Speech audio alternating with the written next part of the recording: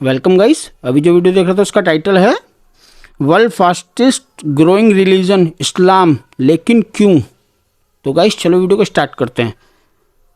मतलब इस्लाम कैसे क्यों बढ़ रहा है इतना फास्ट। 2024 इस दिन सऊदी अरब की मिनिस्ट्री ऑफ इस्लामिक अफेयर्स एक रिपोर्ट पब्लिश करती है जिसमें बताया जाता है कि पिछले 5 साल में सिर्फ सऊदी अरब में 3,47,646 लोगों ने इस्लाम कबूल कर लिया, जिसमें मर्द और औरत दोनों शामिल हैं। रिपोर्ट में यह भी बताया गया कि इस्लाम कबूल करने वालों के नंबर साल दर साल बढ़ते चले गए। साल 2019 में 21,654 लोगों ने इस्लाम कबूल किया, साल 2020 में 41,441 लोगों ने, साल 2021 में 27,333 लोगों ने, साल 2022 में 93,899 लोगों ने और लास्ट ईयर साल 2023 में 1,63,319 लोग दूसरे धर्मों को छोड़कर इस्लाम धर्म में आ गए। ये रिपोर्ट सिर्फ सऊदी अरब की है, पूरी दुनिया की बात अभी आगे हम इस वीडियो में करेंगे। लेकिन सवाल ये आता है कि आखिर लोग इस्लाम कबूल क्यों कर रहे हैं, ऐसी कौन सी वजह है, इस्लाम में ऐसी क्या खासियत है कि लोग दूसरे धर्मों को छोड़कर इस्लाम धर्म अपना रहे हैं। तो इस्लाम की इस इंटरेस्टिंग सीरीज के पार्ट 1 वीडियो में हमने कुछ बेसिक रीजन के बारे में बात करी थी, कुछ पॉइंट समझे थे कि आखिर लोग इस्लाम क्यों कबूल कर रहे हैं। आज हम वापस से इस सवाल को डीपली एनालाइज करेंगे और कुछ नए पॉइंट के साथ इस सवाल का जवाब वापस से तलाश करेंगे। बट उससे पहले आप सभी का दिल से शुक्रिया, आपने इस वीडियो पर जबरदस्त रिस्पॉन्स दिया।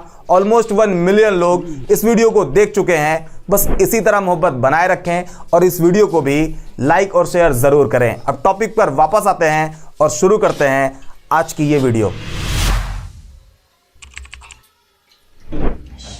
अन ला इलाहा इल्ला अल्लाह व अशहदु अन्ना मुहम्मदन रसूलु अल्लाह व अशहदु अन्ना ईसा अब्दु अल्लाहि व रसूलु। इस वीडियो में अभी आपने देखा कि एक पूरी फैमिली इस्लाम की सच्चाई से अट्रैक्ट होकर इस्लाम कबूल कर रही है और ये कोई अकेली वीडियो नहीं है। इस तरह की बहुत सी वीडियो रोजाना सोशल मीडिया पर वायरल होती है जिसमें लोगों को कलमा पढ़कर इस्लाम कबूल करते देखा जाता है। उसमें कई ऐसे लोग भी होते हैं जो पूरी दुनिया में पॉपुलर होते हैं, उनके पास अच्छी खासी फैन फॉलोइंग भी होती है, उनकी पर्सनल लाइफ का असर एक बड़ी पॉपुलेशन पर पड़ता है। कुछ नाम आपको बताता हूं। अमेरिका और रशिया दोनों कंट्री की नागरिकता रखने वाले MMA fighter Jeff Monson, British actress Aisha Rosalie, Australian church के पादरी Gold David, Australian UFC fighter Jack Matthews, Spanish football player Jose Ignacio, Korean pop singer J Kim, American boxing champion Gervonta Davis. ऐसे बहुत से famous नाम हैं जिन्होंने इस्लाम कबूल कर लिया। और जब कोई ऐसा फेमस इंसान इस्लाम कबूल करता है तो उसका इंपैक्ट सोसाइटी के एक बड़े हिस्से पर पड़ता है। उस फेमस इंसान को फॉलो करने वाले लोग इस्लाम के बारे में जानना और पढ़ना शुरू करते हैं और उसमें भी बहुत से लोग ऐसे होते हैं जो इस्लाम कबूल कर लेते हैं। हाँ, वो अलग बात है कि उनका नाम सोशल मीडिया पर वायरल नहीं हो पाता, उन्हें सोशल प्लेटफॉर्म पर वो जगह नहीं मिल पाती, लेकिन हर रोज बहुत से ऐसे लोग हैं जो इस्लाम एक्सेप्ट कर रहे हैं। यही वजह है कि प्यू रिसर्च सेंटर की एक स्टडी बताती है कि साल 2060 तक वर्ल्ड पॉपुलेशन में 32% का इंक्रीज आएगा और दुनिया की टोटल पॉपुलेशन 9.6 बिलियन हो जाएगी। सेम पीरियड में मुस्लिम पॉपुलेशन वर्ल्ड पॉपुलेशन के एवरेज से 2 गुनी स्पीड से भी ज्यादा करीब 70% तेजी से आगे बढ़ेगी और पूरी दुनिया में मुस्लिम पॉपुलेशन 3 बिलियन मार्क को क्रॉस कर जाएगी, यानी टोटल वर्ल्ड पॉपुलेशन का 31%। जबकि अगर इसे क्रिश्चियन के साथ कंपेयर करें तो सेम टाइम पीरियड में क्रिश्चियन पॉपुलेशन में 34% का इंक्रीज आएगा। क्रिश्चियन और मुस्लिम दोनों की पॉपुलेशन ऑलमोस्ट इक्वल रहेगी। एक और रिपोर्ट के अकॉर्डिंग साल 2050 तक करीब 30 लाख लोग रिलीजन कन्वर्जन के जरिए इस्लाम फॉलो करने लगेंगे और एक टाइम ऐसा भी आएगा जब मुस्लिम पॉपुलेशन पूरी दुनिया में सबसे ज्यादा होगी। हालांकि ये बस आंकड़े हैं जो अब एक एक करके सामने आ रहे हैं, लेकिन कुरान में बहुत पहले आ चुका है। कुरान चैप्टर 3 वर्स 19 में कहा गया है अल्लाह के नजदीक दीन सिर्फ इस्लाम है। ये तो आंकड़े हुए। अब आते हैं इस वीडियो के मेन पार्ट पर। आखिर लोग इस्लाम कबूल क्यों कर रहे हैं, उसकी वजह कौन कौन सी है, आइए एक एक करके समझते हैं। नंबर 1, कुरान। ये जो किताब आपके सामने है इसे इस्लाम की आखिरी पवित्र किताब माना जाता है। मुसलमानों का मानना है कि कुरान उनके लिए अल्लाह की तरफ से भेजा गया आखिरी पैगाम है जो कभी भी नहीं बदलेगा। मतलब जो चीज कुरान में 1400 साल पहले आ चुकी है वो हमेशा जब तक ये दुनिया रहेगी वैसे ही रहेगी, उसमें किसी भी तरह का कोई बदलाव नहीं होगा। कुरान में ethics and morality, law and justice, historical narratives, spirituality and worship जैसे कई इंपॉर्टेंट पॉइंट्स पर बात करी गई है। इसके अलावा लीगल सोर्स, इस्लामिक कानून जिसे शरिया कहा जाता है, इसका मेन सोर्स कुरान है। सोशल रिफॉर्म्स, सोसाइटी में justice, equality and human rights की प्रॉपर गाइडलाइन कुरान में मेंशन है। मतलब इंसान की लाइफ से जुड़ी हर चीज कुरान में आपको मिल जाएगी। जैसे जस्टिस, कुरान में न्याय, इंसाफ को काफी इंपॉर्टेंस दी गई है। कुरान चैप्टर 4 वर्स 135 में कहा गया है, ऐ लोगों खड़े हो जाओ पूरी ताकत के साथ इंसाफ को कायम करने के लिए अल्लाह के गवाह बनकर। अगर यह इंसाफ तुम्हारे अपने खिलाफ हो, तुम्हारे माँ बाप के या तुम्हारे रिश्तेदारों के, चाहे वो इंसान अमीर हो या गरीब, अल्लाह ही दोनों का पालनहार है। इसलिए तू अपनी ख्वाहिश की पैरवी ना करो कि तुम इंसाफ से हट जाओ। अगर तुमने लगी लिपटी बात कही या सच्चाई को अवॉइड किया तो याद रखो अल्लाह तुम्हारे हर अमल से बाखबर है। मतलब कुरान ने इंसाफ के लिए किसी भी रिश्ते को अहमियत नहीं दी। सामने कोई भी हो, फिर वो तुम्हारे माँ बाप ही क्यों ना हो, कोई बहुत अमीर इंसान हो या कोई बहुत ही गरीब, कुछ मैटर नहीं करता। उस कंडीशन में सिर्फ इंसाफ, जस्टिस ही फर्स्ट एम होता है। दूसरा चैरिटी। ये दुनिया हाथ की इस 5 उंगली की तरह है। हर इंसान एक दूसरे इंसान के बराबर नहीं है। कोई बहुत अमीर है तो कोई बहुत गरीब। किसी के पास इतना माल है कि उसे किसी चीज की कोई कमी नहीं, तो कोई ऐसा भी है जिसके पास खाने के लिए खाना, पहनने के लिए कपड़े तक नहीं है। सोसाइटल बैलेंस पूरी तरह से बिगड़ा हुआ है। कुरान इस पर भी एक रास्ता दिखाता है। कुरान चैप्टर 2 वर्स 177 में कहा गया है, नेकी ये नहीं कि तुमने अपने चेहरे ईस्ट की तरफ कर लिए या वेस्ट की तरफ, बल्कि नेकी तो यह है कि जो ईमान लाए अल्लाह पर, आखिरी दिन पर, फरिश्तों पर, किताब और नबियों पर, और वो खर्च करे अपना माल रिश्तेदारों, यतीमों, मिस्कीनों और मुसाफिरों पर। मतलब जो अमीर लोग हैं वो अपने माल में से कुछ हिस्सा उनको भी दें जिन्हें उसकी उस वक्त में सबसे ज्यादा जरूरत है। हम इस पॉइंट पर अभी आगे डिटेल में बात करेंगे। तीसरा पेशेंस, सब्र। अक्सर ऐसा देखा जाता है जब इंसान किसी चीज को लेकर काफी परेशान हो जाते हैं, मेंटली काफी स्ट्रेस में रहने लगते हैं, और कई लोग तो ऐसे भी होते हैं जो वक्त खराब होने का प्रेशर झेल ही नहीं पाते और सुसाइड तक कर लेते हैं। उनके अंदर वो सब्र नहीं होता जिससे लाइफ के डाउनफॉल को वो हंसते मुस्कुराते गुजार दें। हालांकि अगर कोई इस टाइम पीरियड में आके ये कहे कि फिक्र ना करो, मैं तुम्हारे साथ हूं, तो ये एक सेंटेंस इंसान को बड़ी हिम्मत देता है। कुरान इंसान की इस मायूसी वाले टाइम पर भी बात करता है। कुरान चैप्टर 2 वर्स 153 में कहा गया है, ऐ ईमान वालों सब्र और नमाज से मदद चाहो, जान लो कि अल्लाह सब्र करने वालों के साथ है। ऑनेस्टी को लेकर कुरान चैप्टर 9 वर्स 119 में कहा गया है, ऐ ईमान वालों अल्लाह से डरो और सच्चे लोगों का साथ दो। एक और इंपॉर्टेंट पॉइंट, इक्वालिटी। आज भी लोगों को ऊंच नीच, ऊंची जाति, नीची जाति कहकर डिस्क्रिमिनेट किया जाता है। लोग नीची जाति कहकर उनके यहाँ का पानी तक नहीं पीते हैं, लेकिन कुरान इसके जस्ट अपोजिट कहता है। कुरान चैप्टर 9 वर्स 13 में कहा गया है, ऐ लोगों हमने तुम्हें पैदा किया एक मर्द और एक औरत से, और हमने तुम्हें अलग अलग कबीलों में बांट दिया ताकि तुम्हारी पहचान हो सके। यकीनन तुम में सबसे ज्यादा इज्जत वाला अल्लाह के यहाँ वो है जो सबसे ज्यादा परहेजगार है। कुरान ये साफ साफ कहता है कि इस्लाम में कोई भी कास्ट बेसिस पर बड़ा छोटा नहीं। हालांकि इसमें एक डिटेल वीडियो मेरे इसी चैनल पर मौजूद है, अगर आपने नहीं देखी है तो जरूर देखें। आपको इस वीडियो में क्लियर कट समझ में आ जाएगा कि इस्लाम में कास्ट सिस्टम एग्जिस्ट ही नहीं करता। टॉपिक पर वापस आए तो कुरान के जो पॉइंट्स अभी आपको बताए, ये कुरान की 6236 वर्ष में सिर्फ 5 है। ऐसे में जब कोई नॉन मुस्लिम कुरान को पढ़ना शुरू करता है और उसे कुरान में इस तरह के हजारों पॉइंट्स मिलते हैं तो वो उससे अट्रैक्ट होता है और इस्लाम कबूल कर लेता है। अभी साल 2022 में ब्रिटेन की एक लड़की जो कुरान पढ़ना शुरू करती है और वो 4 बार पूरी कुरान पढ़ती है और आखिर में इस्लाम कबूल कर लेती है। कई जगह तो ऐसा भी हुआ है कि लोग कुरान सिर्फ इसलिए पढ़ना शुरू करते हैं ताकि वो कुरान में गलतियां निकाले और फिर उसे क्रिटिसाइज करें। बट होता यह है कि जब वो कुरान पढ़ना शुरू करते हैं तो उन्हें गलतियां मिलती ही नहीं और वो खुद मुसलमान हो जाते हैं। कहने का मतलब आज जो पूरी दुनिया में लोग इस्लाम कबूल कर रहे हैं उसमें एक बड़ी वजह कुरान है, जहां कुरान लोगों को इस्लाम की सच्चाई बताता है और उन्हें इस्लाम एक्सेप्ट करने के लिए इनवाइट करता है। Reason number 2, charity. अभी कुरान वाले सेक्शन में कहा था कि इस पे हम डिटेल में बात करेंगे। अब आइए ये भी देखते हैं कि आखिर ये कैसे किसी नॉन मुस्लिम को इस्लाम की तरफ अट्रैक्ट करता है। अक्सर आप देखते होंगे कि रोड पर, फुटपाथ पर कुछ ऐसे लोग रहते हैं जिनके पास अपना घर तक नहीं होता। बड़ी मुश्किल से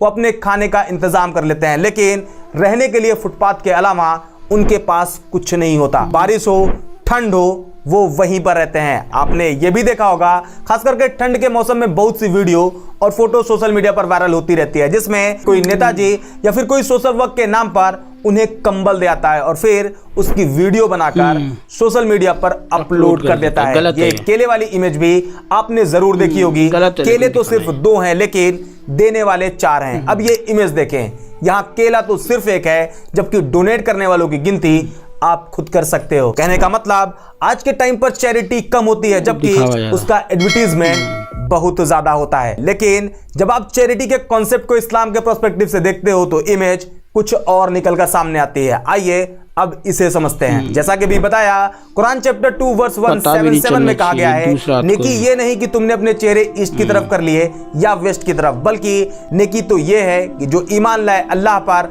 आखिरी दिन पर, फरिश्तों पर, किताब और नबियों पर, और वो खर्च करे अपना माल रिश्तेदारों, यतीमों, मिस्कीनों और मुसाफिरों पर। इसी को फॉलो करते हुए इस्लाम में फाइनेंशियली कमजोर लोगों के लिए एक सिस्टम बनाया गया है। कई अलग अलग तरीके बताए गए हैं, कानून बनाए गए हैं जिससे कमजोर और गरीब लोग भी भूखे ना रहें। नंबर 1, ज़कात। इस्लाम के जो 5 पिलर्स हैं उसमें एक है ज़कात। अब ये ज़कात क्या है, इसे आपको एक लाइन में समझाऊं तो ये एक इस्लामिक सिस्टम है जिसके थ्रू फाइनेंशियली कमजोर लोगों की मदद की जाती है। ज़कात का पूरा कॉन्सेप्ट सिर्फ इसलिए बनाया गया है ताकि सोसाइटी में जो इकोनॉमिक इनइक्वालिटी है उसे खत्म किया जा सके।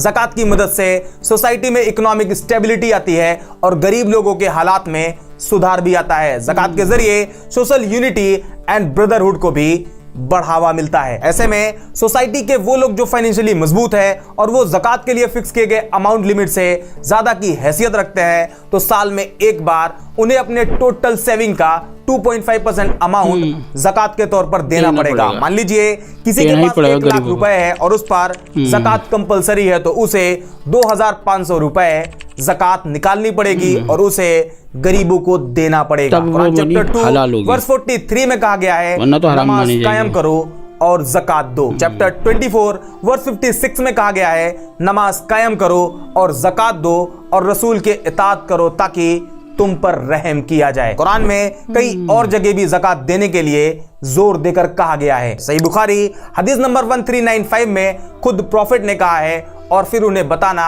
अल्लाह ने उनके माल पर कुछ सदका फर्ज किया है जो अमीर लोगों से लेकर गरीबों में लौटा दिया जाएगा। इस तरह इस्लाम में ज़कात के जरिए चैरिटी का एक जबरदस्त सिस्टम काम करता है जहां गरीब लोगों की मदद करी जाती है। इसके अलावा आपने यह भी देखा होगा कि जब रमजान के 30 रोजे पूरे होते हैं और ईद का दिन आता है तो सारे मुसलमान नए कपड़े पहनकर ईद की खुशियां मनाते हैं। लेकिन उसमें भी कुछ लोग ऐसे होते हैं जिनके पास ईद की खुशियां मनाने के लिए पैसे भी नहीं होते। इस्लाम में इसका भी इंतजाम किया गया है। यहां भी उन मुसलमानों पर जो फाइनेंशियली मजबूत हैं उन पर ईद की नमाज से पहले फित्रा, जिसे सदक़े फित्र या ज़कातुल फित्र भी कहा जाता है, उसे गरीब लोगों को ईद की नमाज से पहले देना होता है ताकि फाइनेंशियली कमजोर लोग भी ईद की खुशियां मना सके। इसके बारे में सही बुखारी हदीस नंबर 1503 में बताया गया है। सेम इसी तरह जब कोई रमजान के रोजे तोड़ देता है या बगैर किसी वजह के रोजे छोड़ देता है तो उस कंडीशन में इस गलती को सुधारने के लिए एक तरीका यह भी है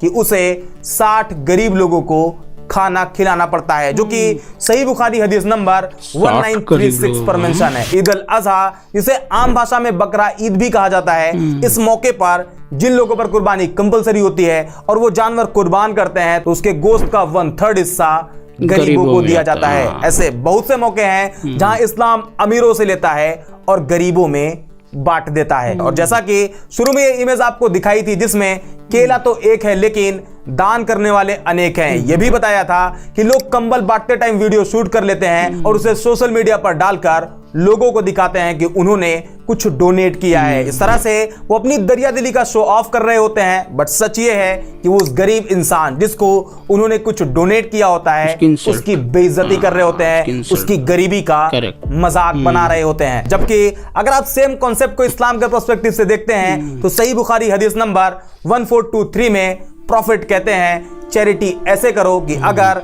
अपने राइट हैंड से किसी को कुछ दो तो आपके लेफ्ट हैंड को मालूम ना चले कि आपने क्या और कितना डोनेट किया है। ये वीडियो बनाकर फोटो लेकर अपनी चैरिटी को पब्लिक कर देना इस्लाम का तरीका नहीं है। और जब कोई नॉन मुस्लिम इस्लाम के इस पूरे चैरिटी सिस्टम को पढ़ता है और उसे ये सब मालूम चलता है तो वो इस्लाम की तरफ अट्रैक्ट होता है और इस्लाम कबूल कर लेता है। इसी तरह और भी बहुत से रीजन हैं जो नॉन मुस्लिम को इस्लाम की सच्चाई बताती है और उन्हें इस्लाम एक्सेप्ट करने के लिए इनवाइट करती है। कुछ रीजन मैंने इस सीरीज के पार्ट 1 वीडियो में बताया हुआ है और ये पार्ट 2 था। आने वाले टाइम में पार्ट 3 भी आएगा। इस वीडियो को खत्म करूं उससे पहले आपको एक बात और बता दूं, जो लोग ये कहते हैं कि इस्लाम तलवार के दम पर फैला है उन्हें कुरान ने खुद जवाब दिया है। कुरान चैप्टर 2 वर्स 256 में कहा गया है, दीन के मामले में कोई जोर जबरदस्ती नहीं, सही बात गलत ख्यालात से अलग छाट कर रख दी गई है। मतलब इस्लाम में किसी भी रिलीजन को अपनाने के लिए मजबूर नहीं किया जा सकता। इस्लाम के अकॉर्डिंग रिलीजन को अपनी खुद की मर्जी से और समझदारी से फॉलो करना चाहिए। उम्मीद करते हैं आज की इस वीडियो से आपको बहुत कुछ नया सीखने को मिला होगा और आपको इस सवाल का जवाब भी मिल गया होगा कि आखिर क्यों दुनिया में इस्लाम सबसे तेजी से आगे बढ़ रहा। आज के वीडियो में इतना ही, मिलते हैं नेक्स्ट वीडियो में एक और इंटरेस्टिंग टॉपिक के साथ। ओके, मतलब ये इस्लाम में मतलब चैरिटी जो मतलब डोनेट करते हैं ना उसका, तो ऐसा कि जैसे कि हम राइट हैंड से डोनेट कर रहे हैं ना, किसी को कुछ दे रहे हैं, हम किसी की मदद कर रहे हैं गरीब की, तो लेफ्ट हैंड को भी नहीं पता चलना चाहिए। ये तो बहुत दूर की बात है, कोई वीडियो बना रहे हैं, कर रहे हैं, वो कर रहे हैं, ये कुछ ऐसा कुछ नहीं। किसी की हेल्प करो तो दूसरे हाथ को भी ना पता चले कि मैंने सीधे हाथ से किसी की हेल्प करी है। मतलब इस्लाम में ये होता है हेल्प करने का तरीका। ये सब गलत है कि वीडियो बनाते हैं, ये बनाते हैं, वो ये तो उनकी इंसल्ट करना हो गया गरीब लोगों की। इस्लाम में मतलब इतना तक बोला जाता है इसके साथ। और ज़कात निकाला जाता है, सदका ज़कात जो बोलते हैं 2.5% साल में एक बार देना होता है गरीब लोगों को। 2.5%। हमारे पास 100 रुपये हैं तो मैं 2.5 रुपये किसी गरीब को दूंगा। उसमें भी दिखाना नहीं होता कि फ़ोटो ले रहे हैं या वीडियो बना रहे हैं और डाल रहे हैं सोशल मीडिया पे, ना किसी दूसरे को पता भी नहीं चलना। जब खुद के अपने हाथ को नहीं पता चलना चाहिए, दूसरे की तो बात ही नहीं बनती। ये है सही इस्लाम का तरीका। सो गाइस, यही था आज का वीडियो। उम्मीद आपको इन्फॉर्मेटिव लगा होगा, पसंद आया होगा। हमारे चैनल को सब्सक्राइब कर देना। ओरिजिनल वीडियो का लिंक डिस्क्रिप्शन से ले लेना। अल्लाह हाफिज़।